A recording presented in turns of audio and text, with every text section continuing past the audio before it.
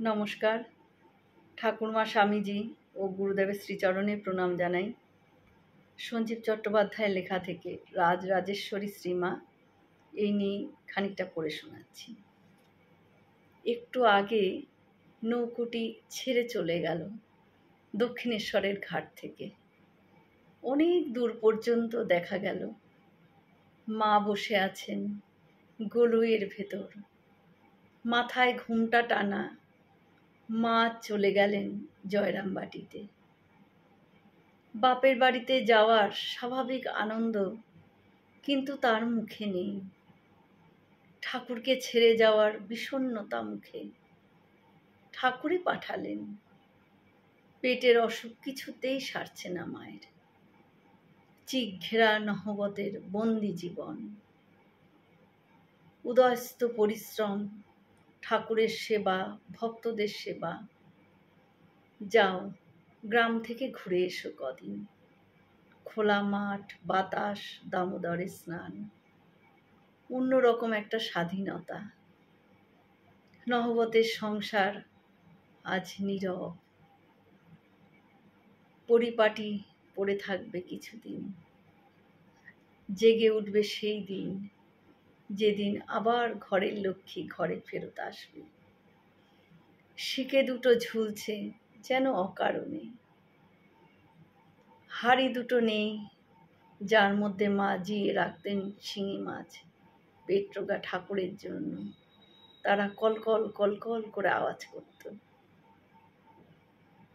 ঠাকুর মধ্যাহ্নে আহারে বসেছেন।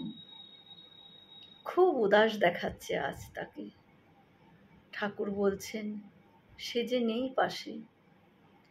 পাশে বসে খাওয়াতো বলে বলে। মা যেমন বালককে খাওয়ায়, একটু আধটু ধমক ধামকও দিত। সে যে জানতো আমি কি খেতে ভালোবাসি, সেই সবই রাখত আর আমার মুখের মতো করে যত্নের মশলা দিয়ে। কোনটার পর কোনটা খেতে হবে সে পাশে বসে ধরিয়ে ধরিয়ে দিত আমাকে। যখন আমি একটু অন্যমনস্ক হয়ে পড়তুম, সে যে চলে গেল আজ। মায়ের সঙ্গে মায়ের সেবা চলে গেল কিছুদিনের জন্য। রোজ 300 350 আটার রুটি হতো ভক্তদের জন্য। কত রকমের ডাল, ছোলার ডাল, অরহরের ডাল। ঠাকুরের দুধ খুব ঘন করে জাল দিতেন মা।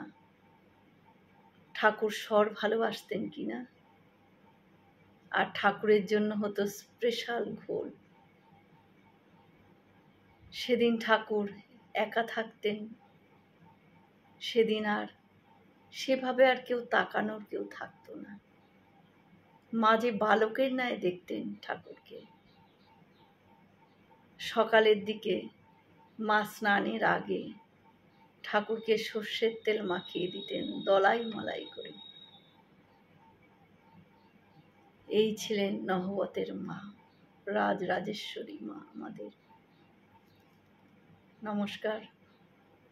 হয়তো অনেক ভুল ত্রুটি হলো, ক্ষমা করে দেবেন। সকলে ভালো থাকবেন, সুস্থ থাকবেন।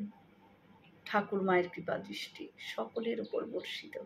শুভরাত্রি।